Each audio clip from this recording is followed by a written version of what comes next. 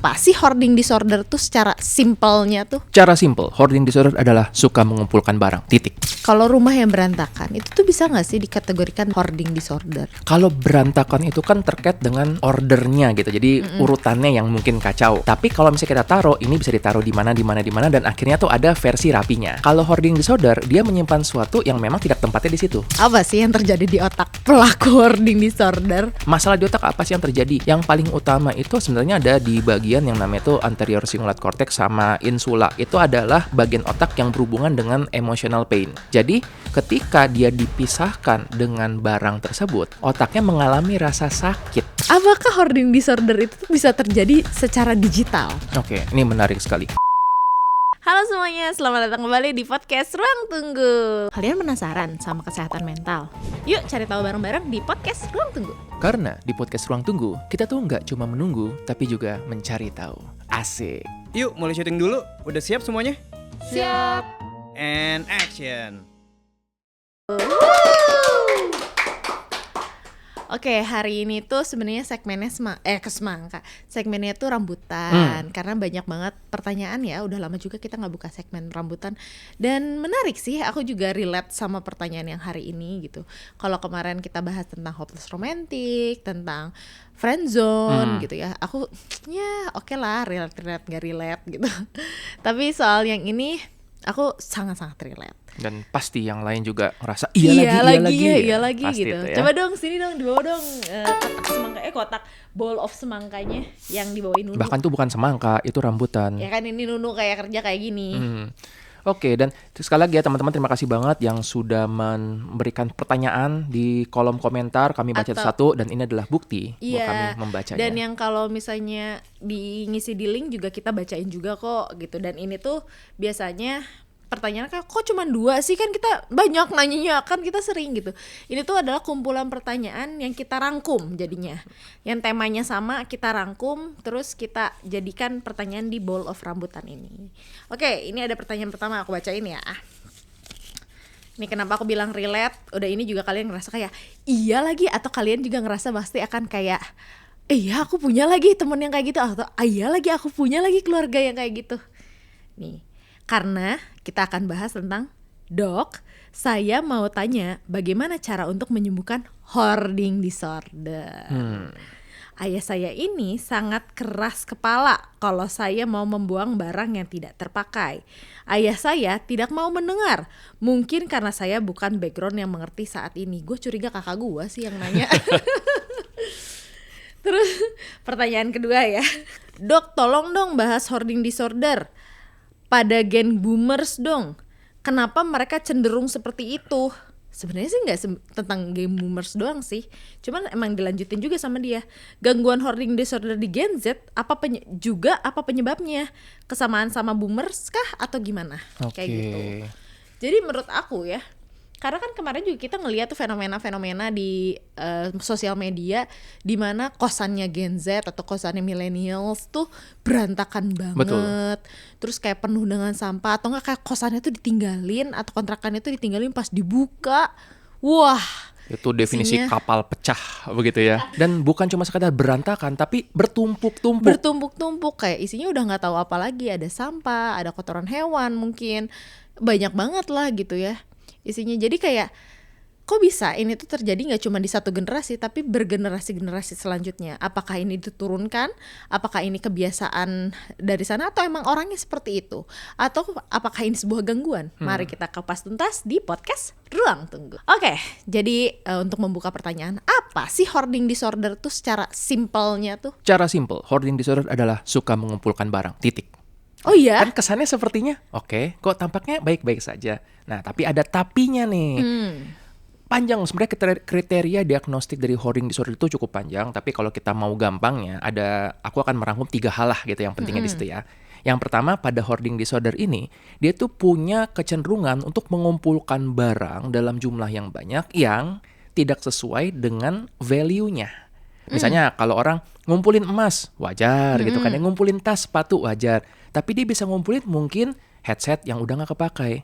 Charger yang bahkan handphonenya ini udah gak ada lagi. Kardus-kardus atau barang-barang elektronik yang sebenarnya udah gak relevan lagi. Makanya yang pertama adalah ngumpulin barang berlebihan regardless of its value. Kedua, ada kecemasan berlebih ketika dia berpisah dengan atau dia membuang barang tersebut.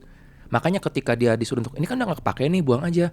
Duh, ntar dulu deh, gimana kalau kepakai? Jadi kecemasannya itu sangat-sangat kuat. Dan ketiga, ini sebenarnya salah satu yang paling pentingnya ya, adalah membuat space itu jadi terbatas. Oke? Jadi artinya gini, dia jadi nggak bisa untuk menggunakan meja makan karena meja makan isinya barang-barang semua. Nggak bisa, kamar mandinya jadi sempit karena banyak ditaruh barang-barang di situ. Nah, jadi seandainya ini dia punya ruangan yang cukup luas, gudangnya gede banget dan semua barang taruh di gudang, itu sebenarnya nggak bisa dibilang hoarding disorder.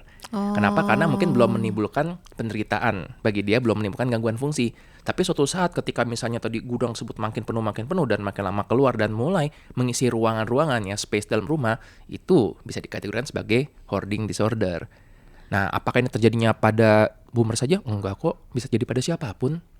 Jadi nggak terkait gender juga ya? Tidak terlalu terkait dengan gender, nggak terlalu terkait dengan usia. Memang kalau kesannya seolah-olah ini kok yang usianya lebih atas ya, kayaknya yang lebih sering ngumpulin barang dibandingkan yang lebih muda. Mungkin ada hubungan dengan nostalgia, nanti kita bisa bahas juga tuh. Ada hubungannya dengan ini juga gak sih? Dengan ya karena dia usianya sudah lebih tua, jadi ya value-nya lebih banyak gitu yang dia rasakan. Bisa jadi, ya. Dan kan ini sangat erat ya dengan nostalgia. Orang ketika dia mau membuang sesuatu itu, kayaknya kita juga kok ngerasakan, aku punya banyak barang-barang Doraemon yang sebenarnya udah gak kepakai. Dan bahkan aku gak sadar memiliki itu. Tapi begitu melihat dan mau dibuang, aduh sayang, dibuang sayang. Nah, itu jadi ada attachment-nya di situ. Benda itu bukan lagi suatu barang, tapi ada cerita di situ. Dan karena cerita ini kan bentuknya subjektif banget ya orang per orang. Bisa jadi buatku nih, misalnya aku anggaplah menemukan ini nih. Ya, sorry nih. Nah, ini misalnya udah jelek nih, udah buluk-buluk begitu. Bagi aku ada ceritanya. Ini waktu itu aku memulai podcast Ruang Tunggu dengan bunga matahari ini. Seandainya anggaplah pas aku lagi di rumah, aku taruh terus ada temanku beberes-beres rumah.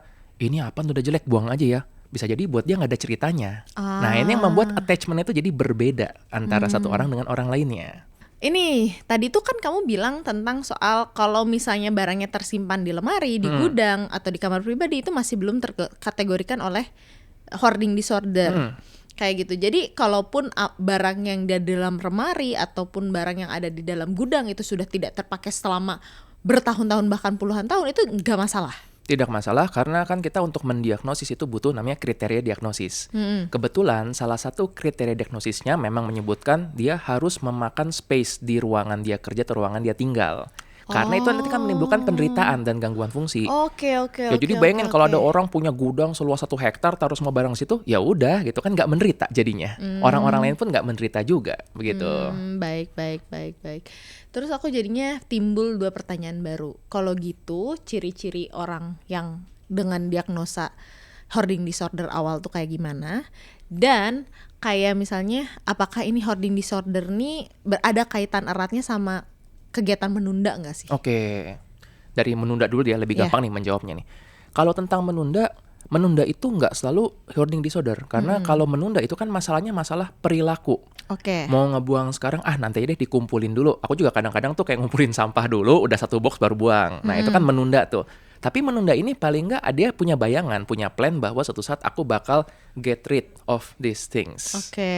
Pada hoarding disorder, masalahnya tuh bukan cuma di perilaku, tapi belief.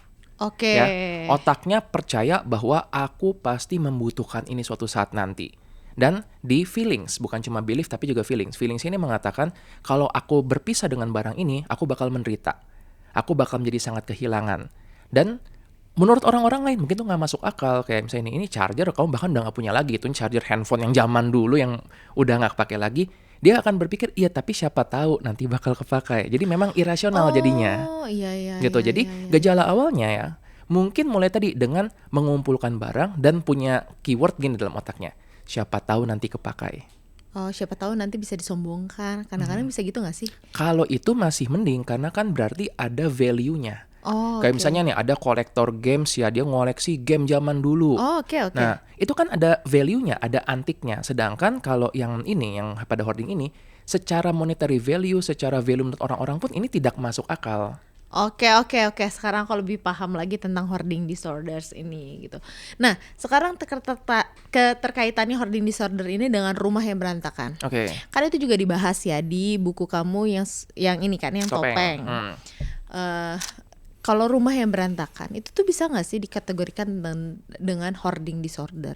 Oke, kalau berantakan itu kan terkait dengan ini ya ordernya gitu, jadi urutannya yang mungkin kacau. Tapi kalau misalnya kita taruh, ini bisa ditaruh di mana dan akhirnya tuh ada versi rapinya. Kalau hoarding disorder, dia menyimpan sesuatu yang memang tidak tempatnya di situ. Jadi jalan keluarnya berbeda. Kalau berantakan, jalan keluarnya dirapikan. Kalau hoarding, memang jalan keluar adalah kita perlu mengajak dia membedakan dulu yang mana yang diperlukan, yang mana yang enggak. Lalu yang enggak diperlukan, ini perlu untuk disingkirkan. Nah, masalah tadi, kalaupun dia tahu bahwa ini sebenarnya enggak dibutuhkan sekarang, dia tuh enggak mindful sepenuhnya. Otaknya tuh beradanya di masa lalu, misalnya dengan mengingat dulu ini penting buatku. Atau di masa depan, suatu saat mungkin aku bakal pakai ini. Begitu. Oke, gini jadinya. Aku juga jadi ada pertanyaan ya, karena ini juga sering kayak aku rasakan sendiri. Kadang orang tuh ngerasa kayak misalnya nih sapunya patah, atau kalau misalnya ngerasa kayak chargernya rusak gitu, tapi mereka tidak tahu cara membuangnya dengan proper. Kayak gitu, oh maybe it can be recycled gitu, tapi mereka nggak tahu gitu. Mereka pingin doing recycle, tapi mereka nggak tahu ujung-ujungnya disimpan. Apakah itu bisa jadi ciri-ciri awal hoarding disorder? Oke, menarik sekali. Berarti kalau ini dia bukannya belief, percaya bahwa itu diperlukan, tapi dia nggak tahu aja caranya. Salah satu ciri khasnya adalah gini, kita coba bayangkan, seandainya nih, gue panggil orang ya buat rapi-rapi rumah lo, gimana? Kalau misalnya dia cuma sekedar nggak tahu cara membuangnya, dia mungkin akan setuju dengan itu. Boleh deh, tolong bantuin sekalian buangin yang nggak perlu. Tapi pada orang yang hoarding, dia bakal, jangan, nanti takut dibuang. Begitu. Lagi-lagi karena belief otaknya percaya bahwa ini penting, ada attachment di situ. Dan gini ya, sebelum teman-teman menganggap bahwa orang itu aneh banget, hey, kita juga punya attachment gitu dengan foto. Ya, foto-foto lama kita dengan teman-teman. Coba misalnya kita, ini sama seperti kita melihat foto atau surat. Surat foto dari teman-teman waktu sekolah dulu, SD, SMP, SMA. Sebenarnya itu udah gak ada gunanya lagi sekarang. Kita tapi bisa kan hidup tanpa itu. Tapi kan ada kenangannya. Betul, karena kembali ada cerita di situ, gitu. Nah itu buat yang masih hoarding karena terkonek dengan nostalgia masa lalu. Ada juga yang khawatir dengan masa depan. Misalnya kata dia menemukan sesuatu yang misalnya nggak kepake nih, tapi nanti siapa tahu nanti kepakai. Nah ini bisa jadi dalam bentuknya baju yang mungkin dalam nggak dipakai, yang sebenarnya dia bisa untuk memberikan atau mungkin membuang atau mungkin donasi. Tapi dia berpikir, suatu saat siapa tahu aku butuh baju batik seperti ini, yang sebenarnya dia udah nggak relevan lagi. Aku jadi penasaran juga, karena kaitannya berarti erat banget sama perasaan sentimental. Kuat banget sama perasaan sentimental. Terus berarti ini juga ada hubungannya sama koleksi kayak gitu deh kan, kayak hobi gitu. Terus gimana sih kayak kita menanggulangi biar itu nggak jadi hoarding disorder? Oke. Nah, aku kan juga ada sentimental value dengan barang-barang Doraemon gitu kan. Yang kalau Sora juga ada beberapa koleksi kayak boneka gitu kan ya. Iya. Bedanya adalah kita ada rasa cukupnya. Oke, kita ada membatasi, dan bahkan ada momen ketika kita mau nambah pun, aku mau beli barang Doraemon kadang-kadang mikir, naruh di mana ya ini. Lagi. Lalu barang itu kalau memang tadi memiliki satu sentimental value, maka kita bakal menaruhnya dengan cukup teratur. Sedangkan pada hoarding itu, karena dikumpulkan terlalu banyak dan nggak ada yang keluar, jadinya terlalu numpuk. Itu yang membuat jadi bertumpuk sampai akhirnya ya tadi memakan space dalam ruangan tersebut, jadi susah buat bergerak. Tapi bukannya dia menghentikan, ada juga orang-orang yang masih menambah lagi. Karena tadi dengan beliefnya, mungkin nanti kepakai suatu saat nanti, begitu. Dari tadi kan kamu bilang tentang ini nanti bakal kepakai suatu saat nanti. Itu tuh ngingetin aku sama sifat ibu-ibu kebanyakan ya. Ini nggak tahu ya, mungkin bapak-bapak juga ada. Tapi ada beberapa ibu-ibu gitu, termasuk ibuku gitu, yang mungkin ibumu juga gitu. Karena aku sering lihat juga ibumu gitu yang sering naruh beberapa barang. Jadi kayak gini, ibu-ibu tuh cenderung ada sifat kayak mubazir. Mubazir kayak contoh nih, kita makan es krim, terus kotak es krimnya disimpan. Mubazir nanti bisa dipakai untuk naruh sesuatu gitu. Sampai itu kotak es krim tuh numpuk banyak banget. Atau kayak misalnya bungkus tin wall. Kayak gitu. Itu tuh biasanya sama kecenderungannya ibu-ibu atau bapak-bapak tuh kayak, atau kita juga kadang-kadang simpen dulu deh nanti bisa dipakai untuk wadah apa gitu, atau tempat apa gitu. Wadah Sunda banget nggak tuh? tempat apa. Itu ada nggak sih kayak gitu tuh jadi kayak awal-awal hoarding gitu? Mungkin kalau itu belum menjadi hoarding sih, itu lebih ke aku melihatnya ada, mungkin ya aku bayangin itu namanya scarcity mindset. Oh, okay. Artinya gini, mungkin dulu nih bagi orang-orang ada yang pernah sulit mendapatkan itu, lalu ketika dia mendapatkannya, dia jadi merasa bersalah untuk membuang itu. Oke. Kedua, bisa jadi ini berhubungan dengan mungkin masa lalu dia ada momen pernah membutuhkan itu dan nggak ada. Pernah nggak kita tiba-tiba kan ngerasa kayak, duh seandainya ini ada tempat makanan sekali pakai yang bisa dibuang nih, aku akan mudah sekali hidupnya, tapi nggak ada. Iya, aduh mau ngasih makanan ke tetangga tapi nggak Nggak ada ada nih. wadahnya gitu. Tiba-tiba 6 bulan kemudian kita mendapatkan, nah otak kita merecall lagi dan menganggap tuh kan beneran butuh, akhirnya dia jadi menyimpannya begitu. Nah lagi-lagi ini yang membuat tadi otak kita tuh jadi punya belief bahwa ini tuh dibutuhkan, padahal sebenarnya enggak butuh-butuh amat. Aduh kemarin tuh Amar udah dibayar belum ya? Kathleen, skrip tuh ditaruh di mana ya? Repot banget dah kalau misalnya udah ngurus-ngurusin yang kayak gini. Ribet banget sih. Makanya jangan semuanya diurus sendirian. Aku sekarang pakai dan rekomendasiin Odoo. Oh iya, makasih buat Odoo yang sudah support dan jadi sponsor podcast Ruang Tunggu. Odoo itu aplikasi bisnis all-in-one yang lengkap, terintegrasi, dan gampang dipakai.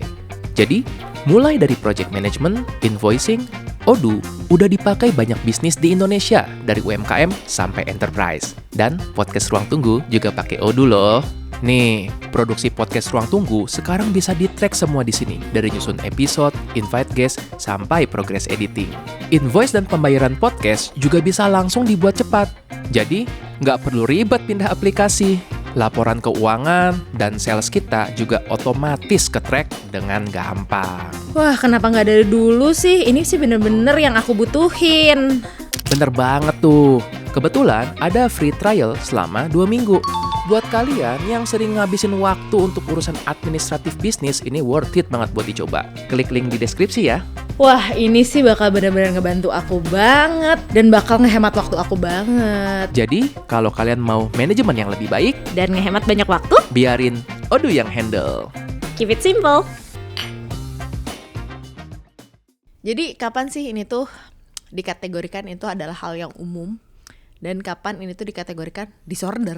Oke, untuk umum atau enggak sebenarnya cara paling gampang adalah kita nanyain orang sekeliling. Oke, Oke. mantap. Kan buat ngecek gitu ya. Orang-orang rumahnya bilang apa? Kalau orang rumah bilang, ya sih misalnya dia memang punya sepatu banyak, tapi menurutku sih masih wajar sih. Ya sudah, nggak apa-apa gitu. Atau dia punya sepatu banyak tapi tersusun rapi kok, tertata rapi di ruangannya sendiri, di lemarinya, nggak apa-apa. Biasanya hoarding disorder itu dikeluhkannya bukan oleh si orangnya, tapi oleh orang di sekelilingnya. Entah Oke. pasangan, entah mungkin anak, orang tua, ataupun kalau misalnya dia menyewa tempat, ya mungkin ibu kos atau bapak kosnya. Oke. Gitu, karena itu akan membuat orang-orang melihat secara jelas nih, ini tidak masuk akal nih seperti begini. Lalu ketika coba untuk di tanda kutipnya kayak ditegur pun, dia juga akan mungkin denial dengan itu. Kalau orang yang sekadar menunda, mungkin iya sih saya tahu ini berantakan, tapi saya belum ada waktu. Kan jelas ya. Sedangkan kalau pada hoarding itu dia karena belief-nya, dia akan merasa, tapi ini tuh dibutuhkan. Ya. Dibuang aja. Nggak bisa, nanti gimana kalau butuh? Nah, pasti selalu itu. Selalu ada hubungan dengan masa lalu tentang nostalgia yang terlalu kuat, atau masa depan. What if I need it someday? Oke, kalau gitu aku ke pertanyaan favorit aku deh. Apa sih yang terjadi di otak pelaku hoarding disorder? Oke. Kayak kenapa dia bisa sampai punya kayak rasa cemas atau rasa tidak aman ketika membuang sesuatu atau memilah sesuatu, atau kayak sekedar di kotak-katik aja kayaknya enggan banget aja gitu. Karena apa sih gitu? Menarik. Tadi juga di salah satu penanya ya, yang di Bowl of Rambutan kan bilang, apakah ini karena aku bukan dari latar belakang ahlinya, Iya, jadi ayahku iya, nggak iya. mendengarkan. Tidak, kalaupun ya kamu adalah seorang psikiater atau psikolog ngomong gitu ke bapakmu, tetap aja kemungkinan akan sulit untuk diterima. Atau misalnya lu bawa dokter Andres ke rumah Iya. lu juga mungkin gak akan diterima, malah makin beresin, diserang. Pak. Tetap tuh nggak ngaruh tuh, karena ini kan memang masalahnya tuh di otak, oke? Dulu bahkan dikategorikan ini si hoarding disorder ini bagian dari obsessive compulsive disorder. Jadi dia punya kecenderungan untuk obsesif bahwa ini aku harus menyimpan barang-barang. Nah, tapi sekarang tuh di DSM-5 itu sudah dipisahkan, dia udah berdiri sendiri kategorinya. Oke. Nah, masalah di otak apa sih yang terjadi? Yang paling utama itu sebenarnya ada di bagian yang namanya itu anterior cingulate cortex sama insula. Itu adalah bagian otak yang berhubungan dengan emotional pain. Oke. Jadi ketika dia dipisahkan dengan barang tersebut, Oke. otaknya mengalami rasa sakit. Seolah-olah ini sesuatu yang penting. Oke, lagi-lagi sama nih, kita mungkin kayak menghapus foto biasa. Tapi pas ada foto misalnya seseorang yang dulu dekat dengan kita, teman atau mungkin anggota keluarga yang sudah meninggal, begitu menghapus itu tuh kita bisa nangis atau sakit. Iya. Nah, karena tadi bagian otak ini menganggap ini penting. Nah, lalu bagian otak lain yang berhubungan ya pasti berhubungan dengan bagian cemas ya, bagian ini amigdalanya. Jadi ketika dia memikirkan, membayangkan kondisi tanpa barang tersebut, amigdalanya ini nyala, aktif dan tadi langsung menimbulkan cemas yang sangat besar. Begitu, itu yang terjadi di otak. Kalau secara psikologis ya tadi tentang scarcity mindset, bahwa merasa takut akan dulu momen pernah dia nggak memiliki itu. Jadi sekarang kayak kecenderungan untuk ngumpulin sebanyak-banyaknya. Ada juga yang seperti itu. Siapa di sini yang kalau ngapus foto mantan lu yang masih ada di galeri itu nangis-nangis juga? Haha, ngaku sekarang ngaku. Kayak gitu, hapus nggak tuh? Udah nggak relevan sama lu, nggak relevan, move on guys, move on. Tapi kenyataannya susah karena begitu mau mencet tuh langsung otaknya tuh nge-recall semua. Iya Itu yang sih. terjadi pada orang dengan hoarding disorder. Jadi nggak bisa tuh kita bilang udah kita paksa aja, kita cabut paksa, nggak bisa. Nggak Malah bisa kasihan ya, dia. susah. Ini tuh sebenarnya ada hubungannya sama trauma nggak sih? Soalnya kan sebuah barang tuh bisa jadi kayak bentuk rasa aman atau kayak jadi sumber kecemasan kayak gitu. Bisa nggak sih ada hubungannya sama trauma? Bisa, sebenarnya bukan cuma tentang trauma ya, tapi tentang tadi attachment, tentang rasa cemas. Kayak misalnya gini, ada suatu teorinya dari Donald Winnicott yang mengatakan bahwa seorang anak itu butuh transitional object. Artinya apa nih? Misalnya ketika seorang anak itu kan dekat sama ibunya. Ketika ibunya pergi kerja atau belanja, maka anak ini takut ditinggalkan. Akhirnya ibu ini mungkin memberikan nih boneka atau selimut atau bantal buat dipeluk. Ya. Nah, dalam teorinya Donald Winnicott, benda-benda ini tuh dinamakan transitional object. Jadi dia adalah objek yang mewakili ibunya. Nah, padahal itu kan suatu benda, tapi itu melambangkan keberadaan ibunya. Pada orang-orang dengan hoarding, berarti sebenarnya banyak nih transitional objeknya. Gelas ini bukan cuma satu gelas doang, tapi ada cerita di balik itu. Ini melambangkan sesuatu. Begitu. Itu yang membuat jadi sulit banget untuk berpindah. Nah, kalau kita hubungan dengan trauma, mungkin ada kejadian traumatik dulu dan dia jadi merasa aman dengan adanya benda tersebut. Yang berhubungan dengan anxiety, mungkin dia berpikir bahwa benda ini bisa memberikan rasa tenang buat dia. Bagi kondisi orang dengan depresi, bisa jadi bahkan keberadaan benda-benda ini memberikan kayak teman bagi dia. Jadi dia merasa bahwa tidak sendirian, tidak sepi. Memang kesannya aneh, tapi itu yang terjadi di dalam proses pikiran mereka.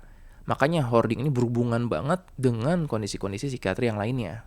Jadi sebenarnya tuh kan banyak hubungan sama trauma, sama OCD tadi kamu disebutin juga, sama depresi, Banget. sama ADHD mungkin gitu.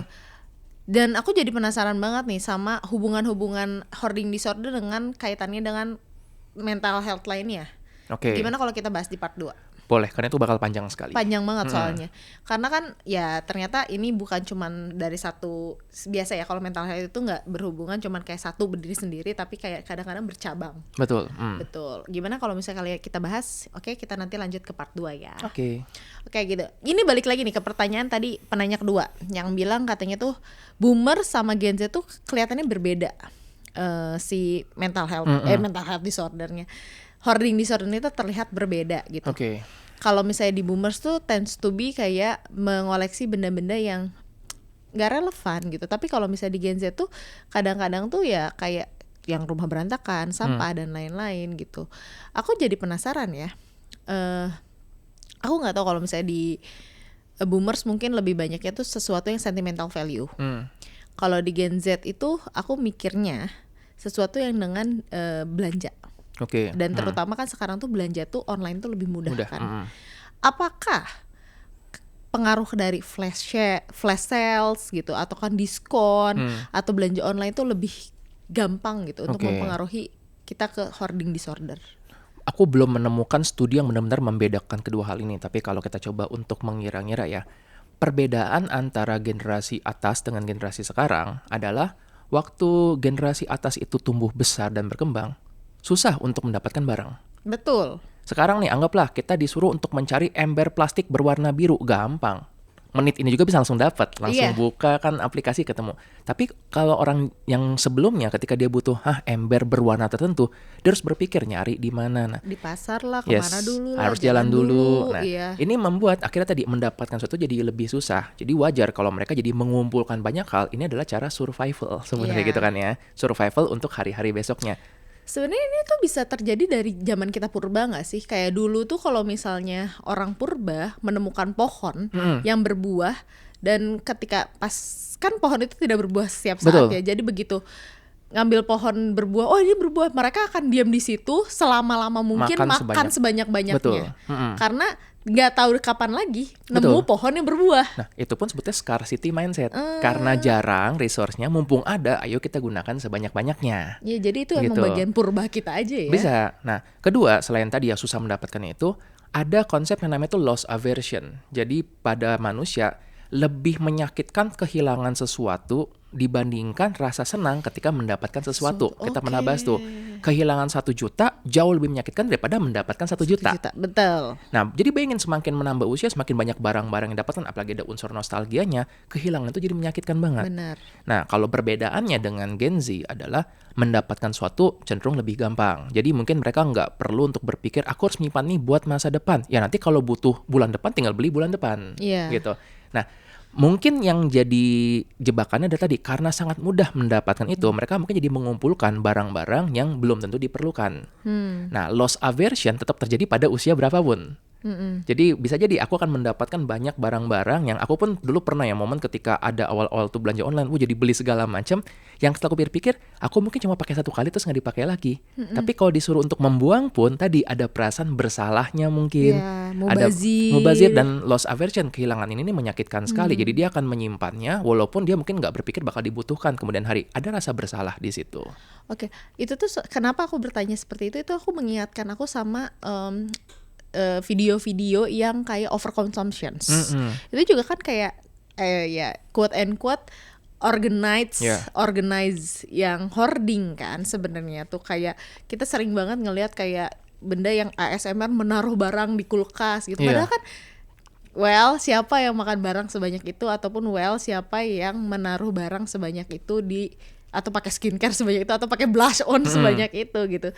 Jadi kan dan ketika kita ngomong sebuah barang yang dikonsumsi itu tuh ada expirednya gitu. Nah itu yang aku mikir, apakah itu juga bisa jadi terjadi hoarding disorder yang modern tuh seperti itu gitu. Nah aku juga mau menanyakan lagi, aku jadi kepikiran lagi ya. Aku tuh banyak kepikiran ya, apakah hoarding disorder itu tuh bisa terjadi secara digital? Karena kan selama ini tuh mungkin kamu bingung ya sama ini terms yang aku ciptakan. Jadi bear in mind ini terms yang aku ciptakan.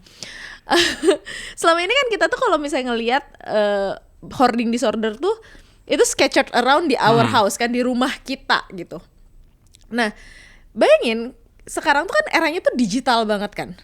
Gimana kalau itu scattered around in our phone? Contoh, screenshot. Oke.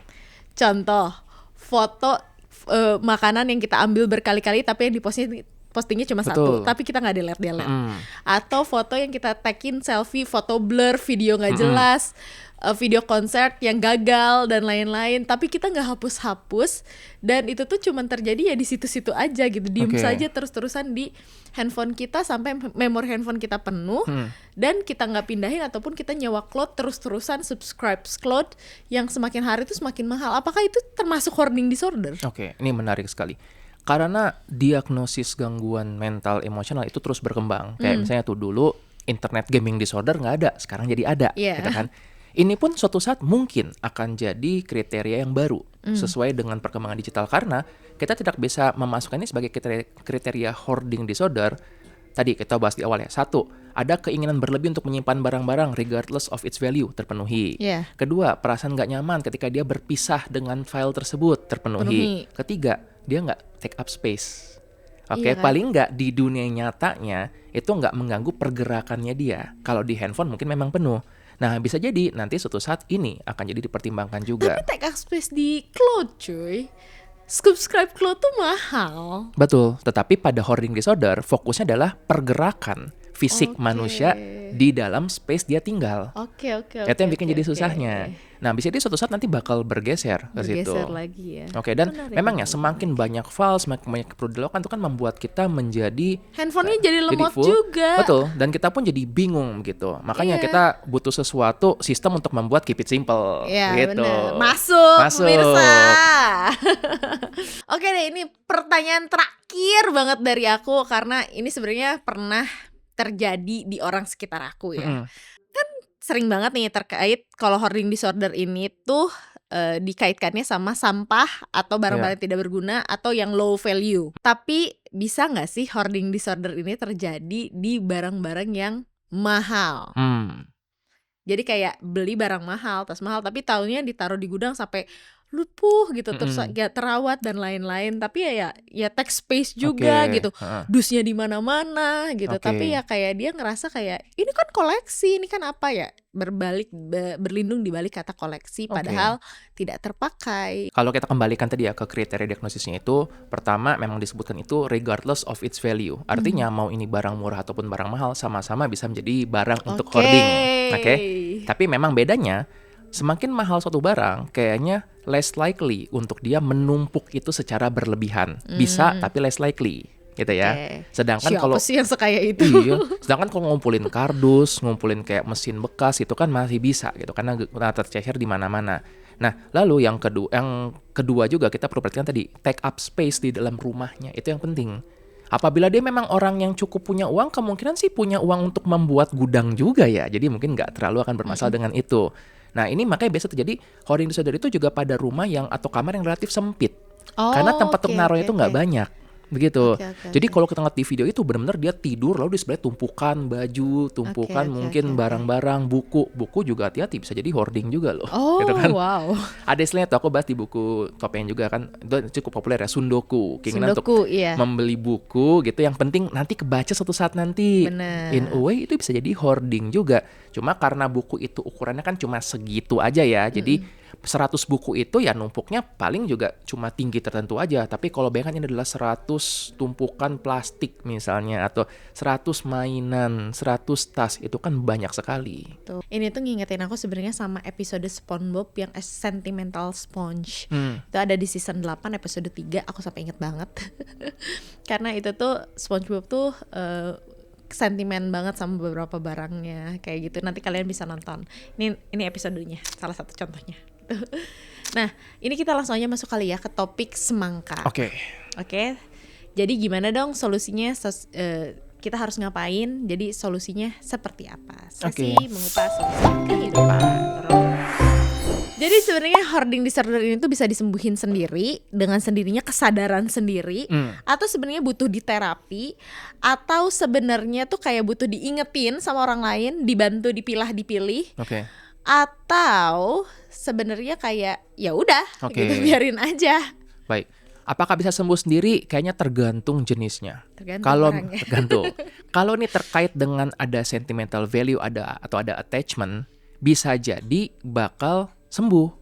Misalnya dia masih nyimpen foto mantannya karena masih ada unfinished business. Lalu misalnya udah selesai nih, dia udah mendapatkan pasangan baru yang lebih oke, dia akan lebih nyaman untuk menghapus itu.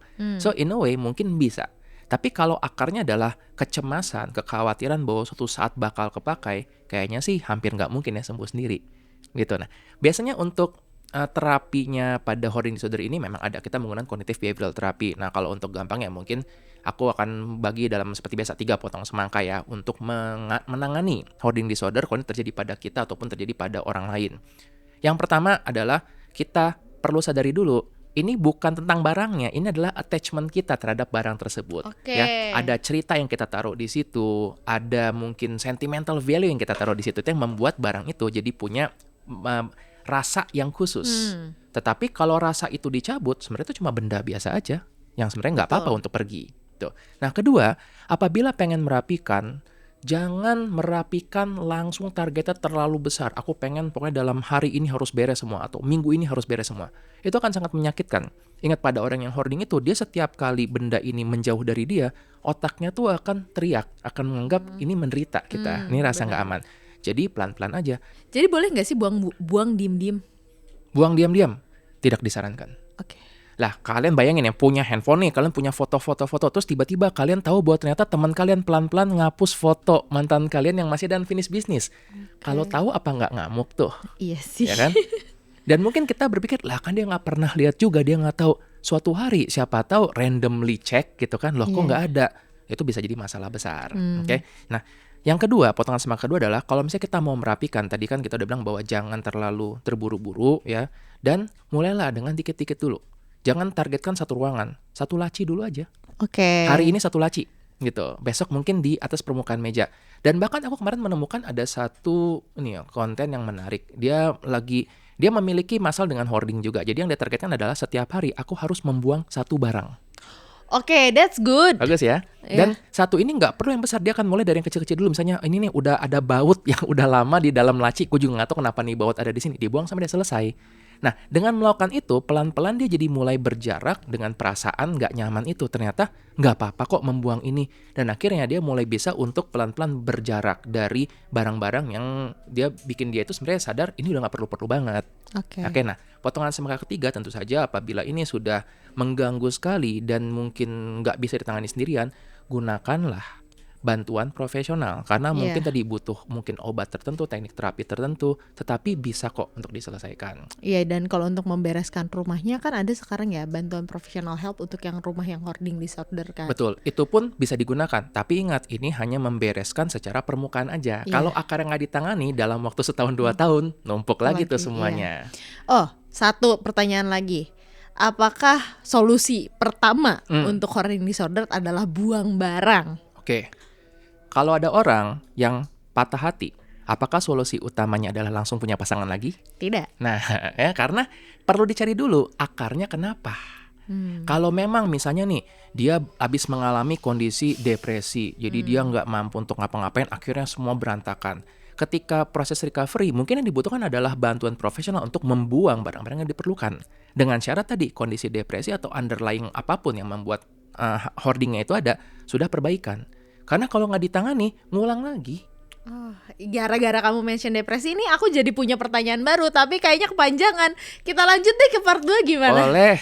Oke deh, kalau kalian tertarik sama video kali ini, relate sama video kali ini, silahkan di-share ke teman-teman kalian yang membutuhkan atau teman-teman kalian yang kerasa relate juga, atau mungkin kalian sendiri yang rasa relate. Nah, boleh banget nih ditonton sampai habis, dilihat, dipelajari, dicatat.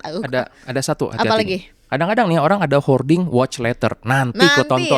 Enggak. Jangan di hoarding. Itu hoarding digital tuh. Hoarding digital tuh kayak gitu tuh. Gitu. Nah, kalau kalian suka video-video kayak ini, silahkan di-subscribe podcast Ruang Tunggu dan dinyalain juga notification buttonnya yang ada di samping tuh, belnya dinyalain. Tung.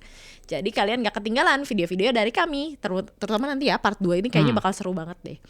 Nah, terus kalian juga kalau misalnya ada masukan atau ada pertanyaan-pertanyaan kayak hari ini, pertanyaannya kalian bisa langsung tanyain aja di kolom komentar dan juga di link yang ada di description box yang ada di bawah. Di link yang ada di description box di bawah juga kalian bisa ngisi data diri kalian untuk ikutan PO Pouch Podcast Ruang Tunggu dan merchandise Podcast Ruang Tunggu yang kayak gini. Jelas banget kan.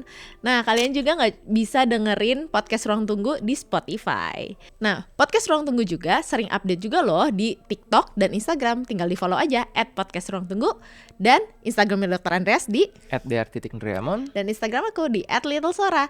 Jangan lupa baca buku dan Dr. Andreas juga menulis buku yaitu seorang anak yang melalui duka yaitu seorang anak yang bersembunyi di balik topeng superhero. Dan seorang pria dan seorang wanita juga.